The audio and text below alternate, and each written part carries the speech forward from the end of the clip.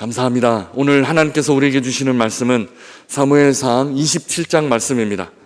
사무엘상 27장 1절에서 12절까지 말씀 우리 함께 봉독하도록 하겠습니다.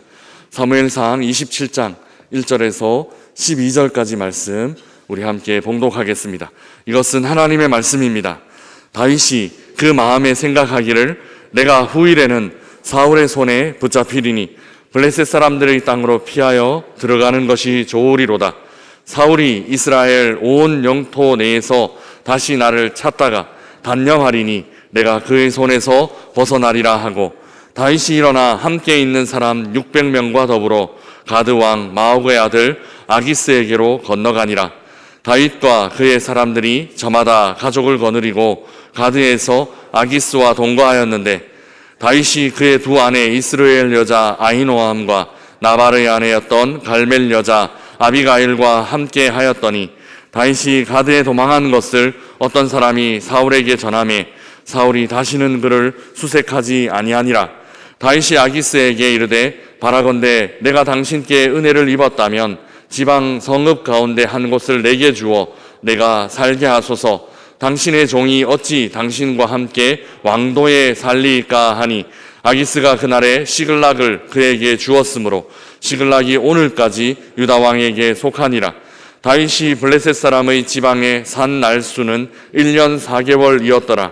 다윗과 그의 사람들이 올라가서 그술 사람과 기르스 사람과 아말렉 사람을 침노하였으니 그들은 옛적부터 술과 애굽 땅으로 지나가는 지방의 주민이라.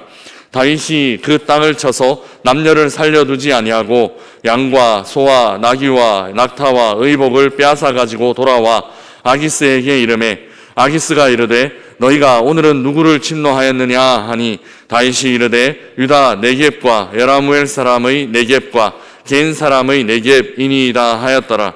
다윗이 그 남녀를 살려서 가드로 데려가지 아니한 것은 그의 생각에 그들이 우리에게 대하여 이르기를 다윗이 행한 일이 이러하니라 하여 블레셋 사람들의 지방에 거주하는 동안에 이같이 행하는 습관이 있었다 할까 두려워함이었더라. 아기스가 다윗을 믿고 말하기를 다윗이 자기 백성 이스라엘에게 심히 미움을 받게 되었으니 그는 영원히 내 부하가 되리라 생각하니라. 아멘. 다윗은 사울을 살려보냈습니다. 그러나 그 둘 사이에 영원히 평화가 찾아온 것은 아니었습니다. 사울은 이전에도 자신을 죽일 수 있는 기회에 그냥 살려보내준 다윗에게 너를 해하지 않겠다 그렇게 약속했지만 지키지 않았습니다. 그래서 다윗은 더 극단적인 방법을 사용합니다. 그것은 적국인 블레셋으로 도망치는 것이었습니다. 일종의 망명, 정치적 망명으로 볼 수 있습니다. 오늘 본문 1절 말씀 우리 함께 읽어보겠습니다. 1절입니다. 다윗이 그 마음에 생각하기를 내가 후일에는 사울의 손에 붙잡히리니 블레셋 사람들의 땅으로 피하여 들어가는 것이 좋으리로다. 사울이 이스라엘 온 영토 내에서 다시 나를 찾다가 단념하리니 내가 그의 손에서 벗어나리라 하고. 아멘. 다윗은 이스라엘 영토 밖으로 나가야 사울이 단념할 것이다 그렇게 생각했습니다. 그리고 일행 600명과 함께 가드 왕에게 갔습니다. 도망하는 중 맞이하게 된 두 아내도 함께 갔고 또 다른 일행들도 저마다 가족들을 거느리고 있었기 때문에 전체 인원은 최소한 1000명은 좋게 넘었을 것으로 보입니다. 국경을 넘어 가드로 들어간 일은 다윗의 예상대로 효과가 있었습니다. 우리 4절 말씀 함께 읽어보겠습니다. 4절입니다. 다윗이 가드에 도망한 것을 어떤 사람이 사울에게 전하매 사울이 다시는 그를 수색하지 아니하니라. 아멘. 다윗이 국경을 넘었다라는 소식을 듣고 다윗의 예상대로 사울은 더 이상 다윗 추격하는 일을 하지 않았습니다. 멈추었습니다. 그런데 이제부터는 새로운 국면이 펼쳐집니다. 다윗은 이전에 자신의 적국이었던 블레셋의 망명을 신청한 것이기 때문입니다. 이전에는 그렇게 싸우고 전쟁했던 그 적국의 망명을 신청한 것이기 때문에 이제 다윗은 또 다른 측면에서 주의를 기울이고 또 조심할 필요가 있었습니다. 이미 이전에 블레셋에서 생명을 유지할 방법을 찾았던 적이 있었습니다. 그때는 이 방법이 성공하지 못했습니다. 다윗을 알아보던 신하들이 있었고 그 때문에 다윗은 수염에 침을 질질 흘리고 또 문짝에 글씨를 끄적끄적거리며 미친 척함으로 그 생명을 유지할 수 있었습니다. 그런데 이번에는 상황이 좀 달라졌습니다. 아마 가드 왕은 다윗과 함께 온 600명 때문에 동맹을 맺는 듯한 그런 느낌을 받았을 것입니다. 마치 용병을 고용한 것처럼 그렇게 느꼈을 것입니다. 더군다나 다윗이 사울로부터 오랜 동안 쫓기고 있다라는 소식이 분명히 블레셋 땅에도 전해졌을 것이기 때문에, 그래서 블레셋 자신들의 적인 사울을 망명온 다윗도 적으로 두고 있었기 때문에 동맹으로 이스라엘을 견제할 수 있다, 다윗과 연합함으로 이스라엘 사울을 견제할 수 있다, 이렇게 생각한 것 같습니다. 적의 적은 동지다라는 말이 여기에 적용된 듯합니다. 이전에 다윗이 아무런 준비 없이 블레셋에 망명을 요청했다가 좋지 않은 결과를 낳았지만 이제는 좀 다릅니다. 다윗은 블레셋에서 살아남는 방법을 꽤 고심했고 또 꽤 고심한 흔적이 오늘 본문에도 나타나고 있습니다. 5절 말씀 우리 함께 읽어보겠습니다. 5절입니다. 5절 6절입니다. 5절 6절 말씀 같이 읽겠습니다.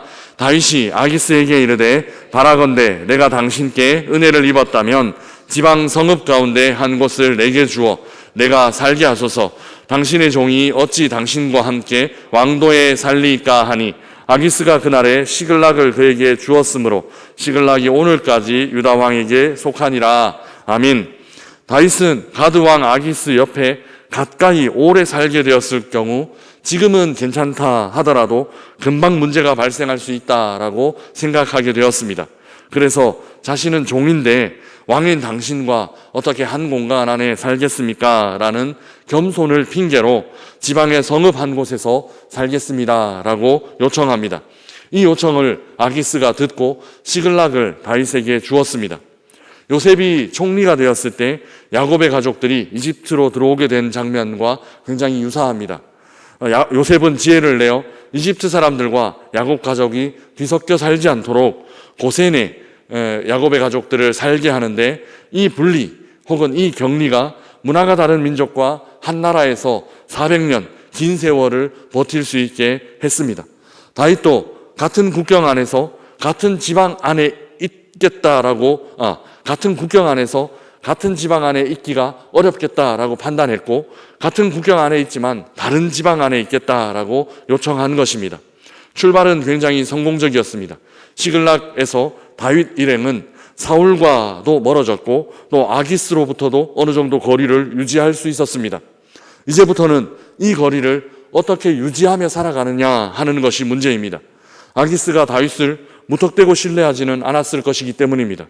혹 이스라엘이 보낸 스파이가 아닌지, 또 혹 사울과 연합하여서 지금은 사울과 다투고 있다 하더라도 이내 사울과 연합해서 자신을 함정에 빠뜨리지는 않을지, 아기스 입장에서는 감시의 눈을 늦출 수가 없었을 것입니다.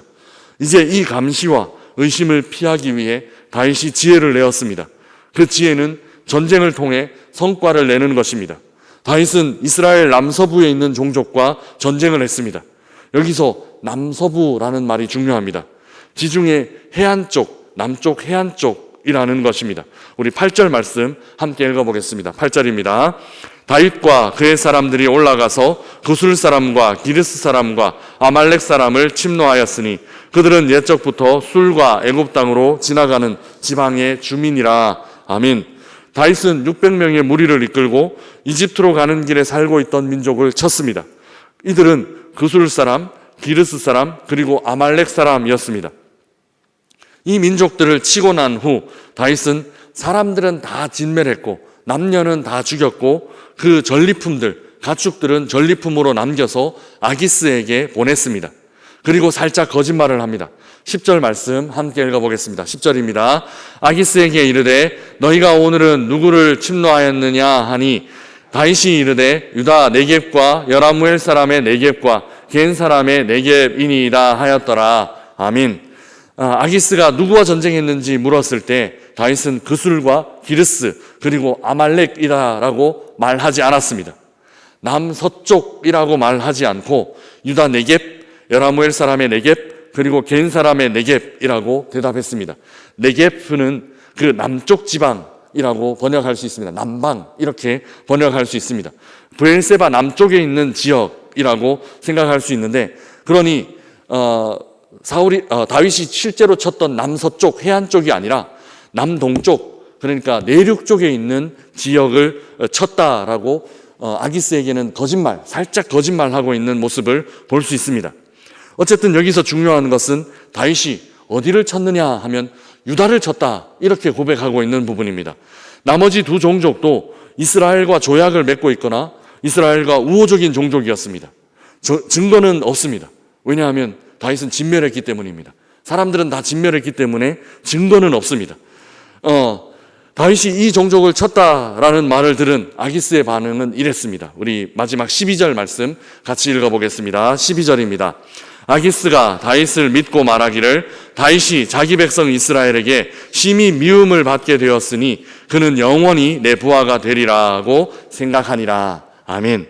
아기스는 이 일로 다윗이 자기 백성 이스라엘에게 심히 미움을 받게 되었다, 이렇게 판단했습니다. 그래서 다윗을 믿게 되었고 자신의 부하가 영원히 자신의 부하가 될 것이다, 이렇게 확신하게 되었습니다. 다윗의 작전은, 다윗의 지혜는 비록 약간의 거짓말이 섞이기는 했지만 굉장히 성공한 듯 보입니다. 거짓말이 옳으냐 아니면 거짓말이 그러냐를 떠나서 다윗은 지금 도망자의 신세로 대적들과 함께 살아야 하는 그런 상황이기 때문에 어떤 윤리적인 잣대, 지금 우리가 아주 냉정한 윤리적인 잣대로만 이 행동을 거짓말이냐 아니냐를 판단할 수는 없어 보입니다. 하지만 다윗의 이 정복에는, 이 정복 원정에는 중요한 신학적인 의미가 포함되어져 있습니다. 먼저 다윗은 어느 지역을 얻었습니까?